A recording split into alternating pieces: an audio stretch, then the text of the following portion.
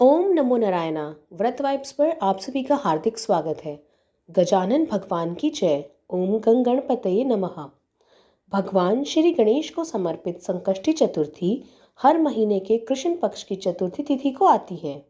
इसी प्रकार साल की सबसे बड़ी चौथ में से एक, जिसे सकट चौथ, तिलकुटा चौथ, माघी चौथ या वक्रतुंडी चौथ के नाम से भी जाना जाता है, यह 2026 में किस दिन मनाई जाएगी, इस दिन के शुभ मुहूर्त क्या होंगे, भद्रा का समय एवं वास और इसका क्या प्रभाव रहेगा, चंद्र दर्शन का शुभ समय और व्रत विधि क्या है, इस वीडियो में हम आपको इस बारे में जानकारी देने वाले हैं।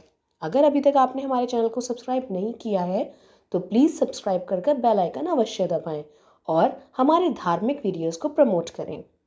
हर वर्ष माघ माह के कृष्ण पक्ष की चतुर्थी तिथि को सकट चौथ का व्रत बड़ी ही श्रद्धा और आस्था के साथ रखा जाता है। यह व्रत मुख्य रूप से महिलाएं अपनी संतान की लंबी आयु, अच्छे स्वास्थ्य और उनके जीवन में आने वाली बाधाओं को दूर करने के लिए रखती हैं। साथ ही नवविवाहित महिलाएं इस व्रत को संतान प्राप्ति की कामना के साथ एवं संतान के सुगत, सुरक्षित और उज्जवल भविष्य के लिए भी रखती हैं। कहा जाता है कि इस व्रत को करने से घर परिवार में सुख, शांति और समृद्धि बनी रहती है और वैवाहिक जीवन भी खुशहाल रहता है। हिंदू पंचांग के अनुसार वर्ष 2026 में माघ माह के कृष्ण पक्ष की चतुर्थी तिथि प्रारंभ हो रही है 6 जनवरी दिन मंगलवार को सुबह 8:01 पर और यह समाप्त होगी 7 जनवरी बुधवार को सुबह 6:52 पर। उदया तिथि के आधार पर सकट चौथ का व्रत 6 जनवरी दिन मंगलवार को रखा जाएगा।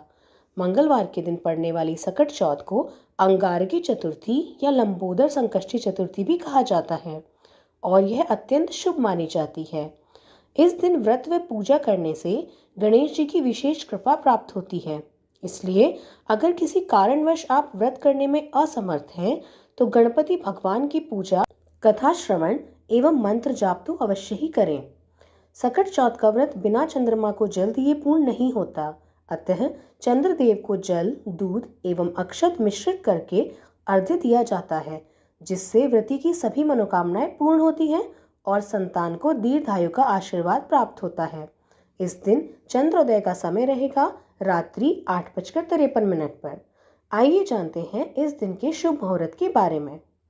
इस दिन सूर्योदय होगा सुबह 7:14 पर, सूर्यास्त शाम 5:38 पर, ब्रह्म मुहूर्त 5:25 से 6:20 तक, अभिजीत मुहूर्त या दोपहर का मुहूर्त 12:05 से 12:47 तक रहेगा, जिसमें आप गणपति भगवान की पूजा कर सकते हैं।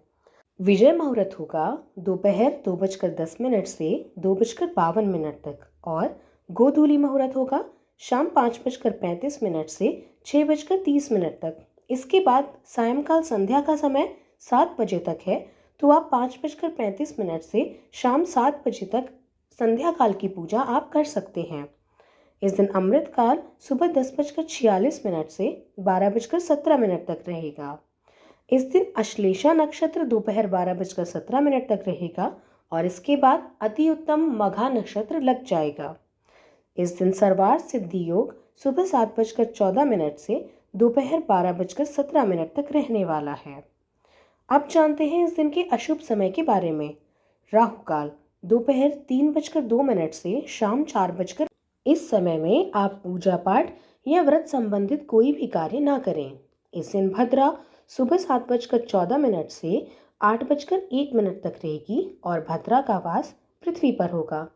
भद्रा का वास पृथ्वी पर होने के कारण प्रातःकाल पूजा का शुभ समय ब्रह्म मुहूर्त में रहेगा और इसके बाद 8:01 के बाद आप पूजा संबंधी कार्य कर सकते हैं। चलिए अब आपको बताते हैं पूजा विधि। सकट चौथ के दिन प्रातःकाल स्नान करके स्वच्छ वस्त्र धारण करें और पूजा स्थल को साफ करके चौकी पर भगवान श्री गणेश की प्रतिमा या चित्र स्थापित करें। इस व्रत में कई लोग मिट्टी के गणपति भगवान स्वयं बनाकर भी स्थापित करते हैं। भगवान के सामने व्रत का संकल्प लें। गणेश जी को जल, अक्षत, सिंदूर, दूर्वा, फूल, फल और तिल व गुड़ से बना तिलकुट भोजन में अर्पित करें। सकट चौथ की व्रत कथा का श्रद्धा भाव से पाठ करें, क्योंकि कथा के बिना कोई भी व्रत संपन्न नहीं हो पाता है। दिन भर हो सके तो निर्जल व्रत करें। अगर सामर्थ्य नहीं है तो फलाहार करके व्रत करें। इस दिन नमक का सेवन नहीं किया जाता। दिन में गणेश जी का ध्यान एवं मानसिक मंत्र जाप भी करते रहें, जिससे आपका मन शुद्ध रहे।